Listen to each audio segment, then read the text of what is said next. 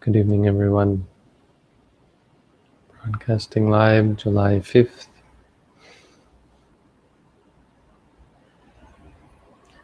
Here to review, discuss,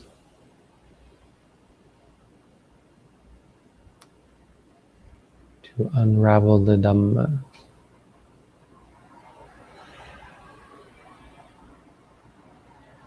So today we have a rather odd sort of quote. Doesn't seem to me to be all that of an essential quote. It talks about associating with good people. And I don't think it's quite a good translation. The Bhikkhu Bodhi's translations seems more reasonable to me. It says a person who should be associated with, to be followed, to be served. What kind of a person should you follow?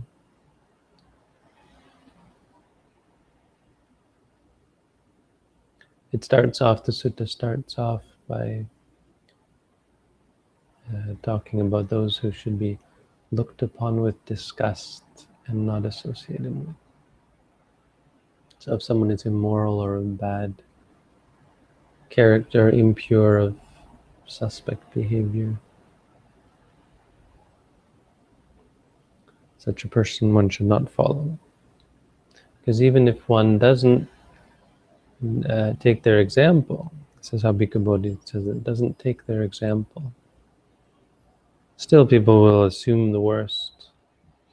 You will be branded, tarred, what do they say, tarred with the same brush? Something like that. People will think, oh, you must be like that person that you follow. Among other things, I mean, there's lots of trouble that surrounds people who do bad things. So sometimes we remain friends and we, out of loyalty, think that we should stick with people who are in a bad way for reasons other than their behavior. And regardless of whether you agree with that, there's a certain amount of trouble that follows from associating with corrupt individuals, people who are immoral, impure, who do bad things. Such a person, in the end, such people should be avoided if possible. There's lots of reasons, and the Buddha gives one of the, I guess the most obvious is the bad reputation. And it makes it hard to live your life because no one wants to be around you all of a sudden because they know who your friends are.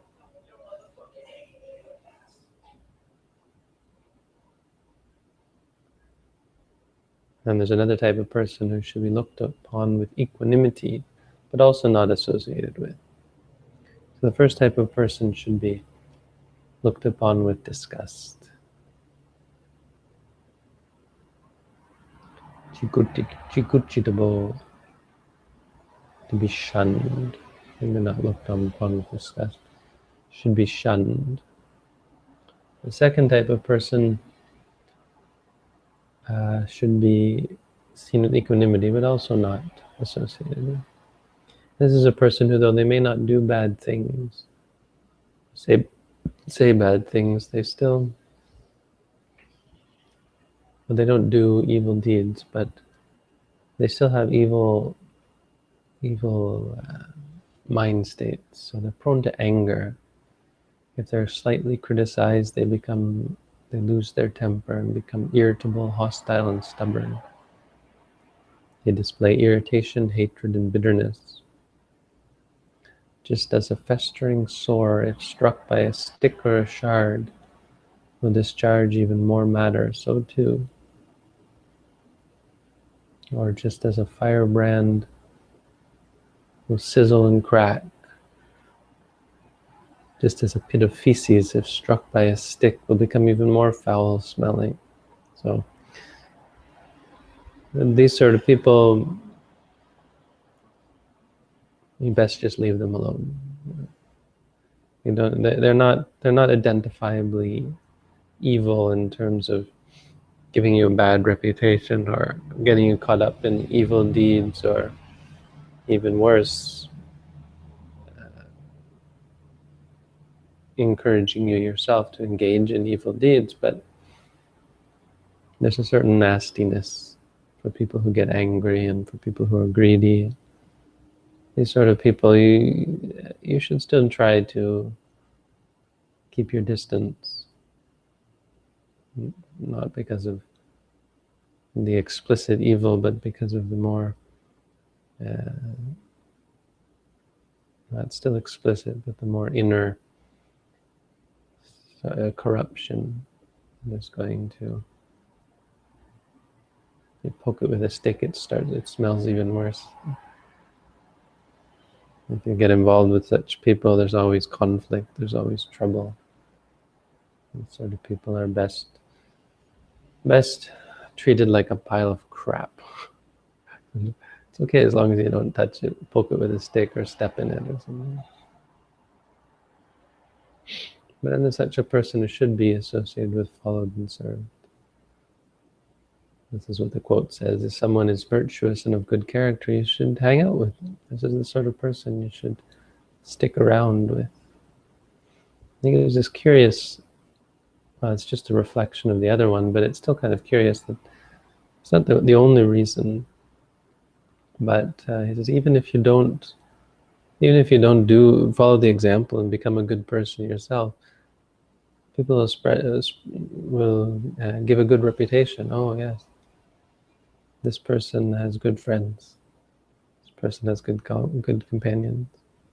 I mean, I think it's a little bit superficial to say, but there's something a little more to it than that.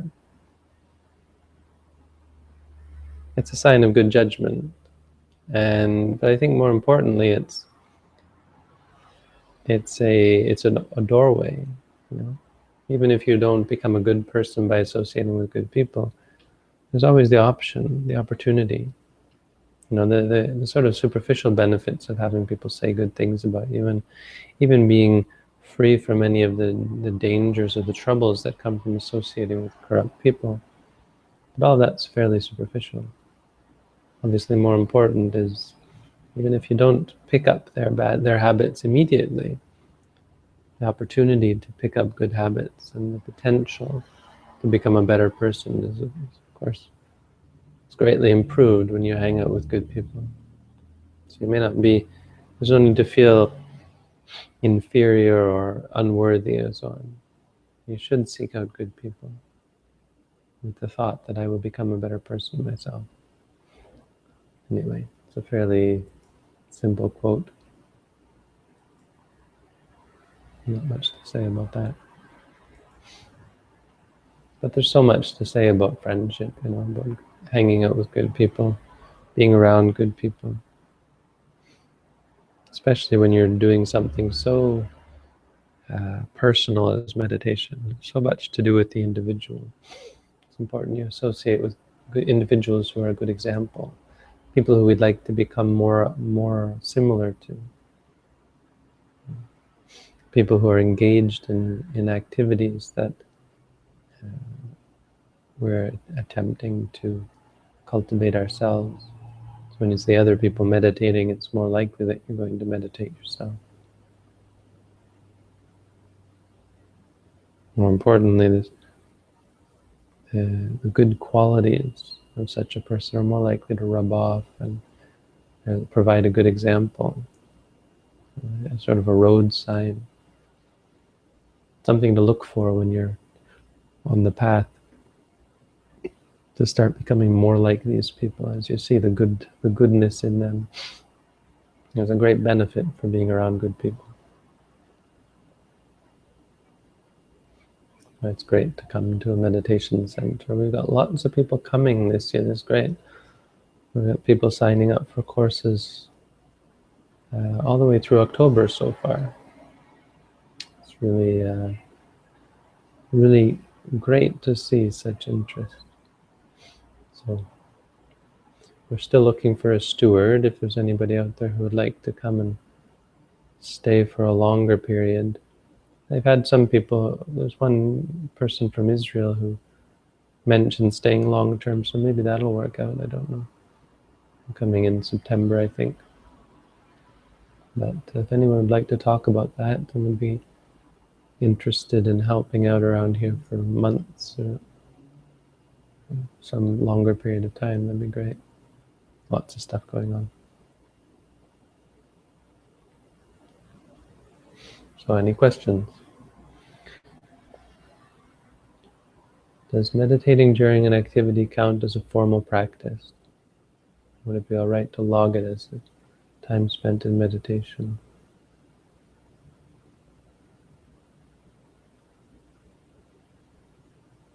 Yeah, I mean, it's not like we're going to check on you as to how you meditated or so on. But I don't quite understand what you're saying. During an activity. I don't understand what you mean by activity. Is there a shared responsibility impact for one another's lives other than just one's own responsibility? Collective responsibility.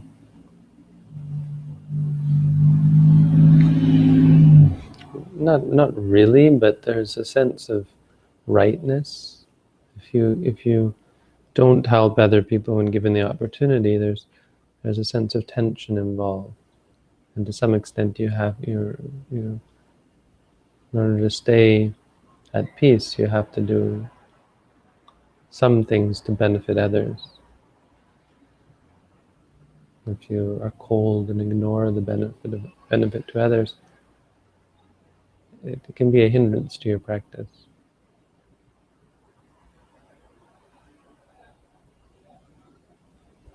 But no, we're not responsible for other people's well-being, not directly.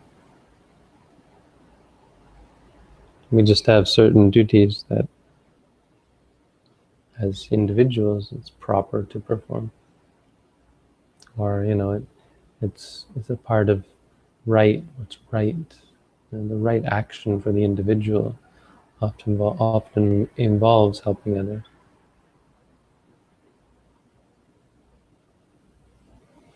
You're looking for disciples for your center, other monks or people seeking to become monks. I would be interested in being a steward. What would be the setup? Well, the setup, so you'd have to do about a month of meditation with us first. And then you just stay on after that, but it would involve doing some of the things that intensive meditators, beginner meditators anyway, aren't able to do, like some amount of cleaning and organizing and caring for the monastery and helping me out with whatever I need. I mean, we had someone recently who had a car, which was great, so I could he could drive me places. But that's not entirely necessary, but it would be a plus. Yeah, some cooking maybe, but not really. Some things to do with, we need a local person to organize things that I can't organize. Things with money and buying basic supplies for the monastery. There's not a lot to do, but there are things to be done. It would help to have a steward. I think part of it was the organization wanted someone who would cook for me, because right now I'm going to the restaurant and taking advantage of people's generosity in offering gift cards for certain restaurants, but it's quite expensive, so it's not exactly what do you call? It's not efficient or economical to be doing that. It would make more sense to somehow do cooking at the monastery.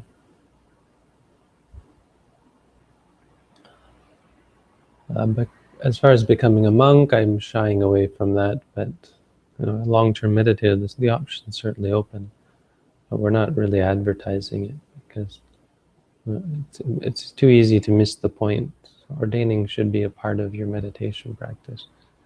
It shouldn't be anything separate. If you want to meditate long-term, well, becoming a monk means that allowing you to do that. That's all. By calling someone's behavior disgusting, is that not judging? Yeah, I mean, judging is not always bad. Discerning. I mean, disgusting is probably the wrong word. And it's just a word, but if you're actually disgusted by something, obviously that is a disliking of it or an aversion towards it. But we use disgust in a sort of a, it's just a word in regards to this sort of a different kind of repulsion in the sense of the inability to do it through wisdom, the inability to get involved with something out of a knowledge that it's bad, that it's wrong, that it leads to suffering, basically. So if you know something leads to suffering, it's like the more you know, the harder it is for you to engage in it. And when the potential to engage with people, for example, who are doing bad things arises, when the opportunity arises, there's a certain recoiling. It doesn't have anything to do necessarily with aversion, but it's based on a knowledge that that's not the way to do things. Getting involved with that person is not beneficial.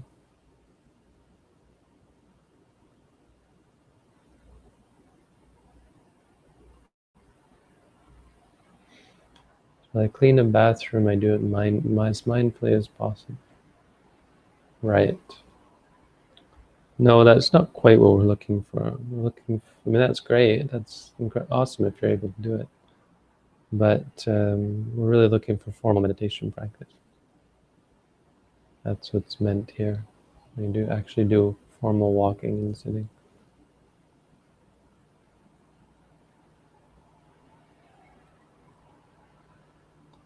Amazed that you do not cook your own food.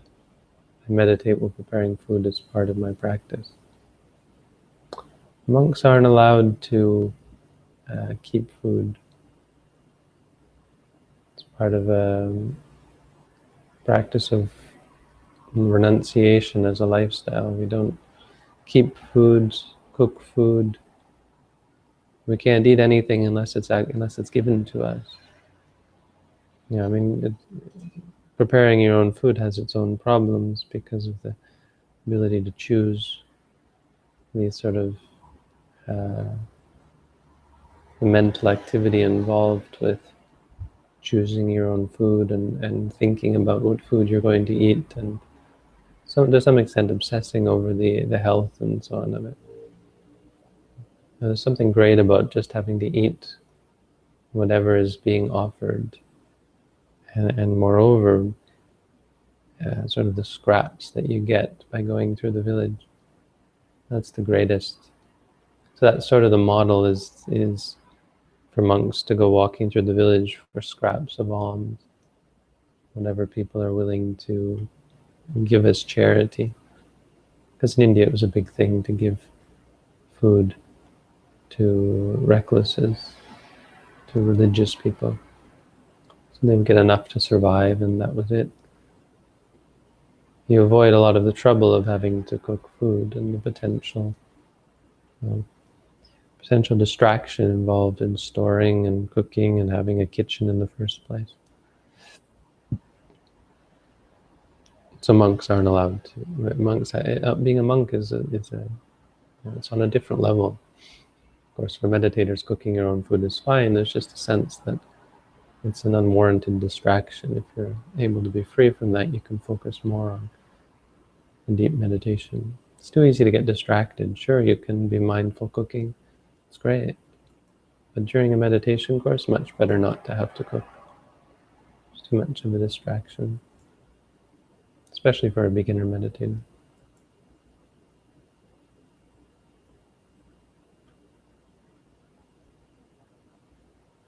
lots of things the Buddha said. Don't get involved in, don't get caught up in work, don't get caught up in sleep, don't get caught up in talk, don't get caught up in socializing, don't get caught up in eating. These things get in the way of your practice.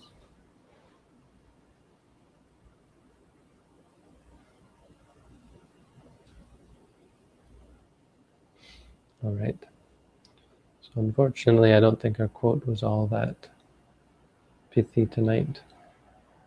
And a few questions. Doesn't look like there's any more. If you have any more questions, I'll be here again tomorrow, broadcasting a little bit every day. So thank you all for tuning in. Keep up the good work.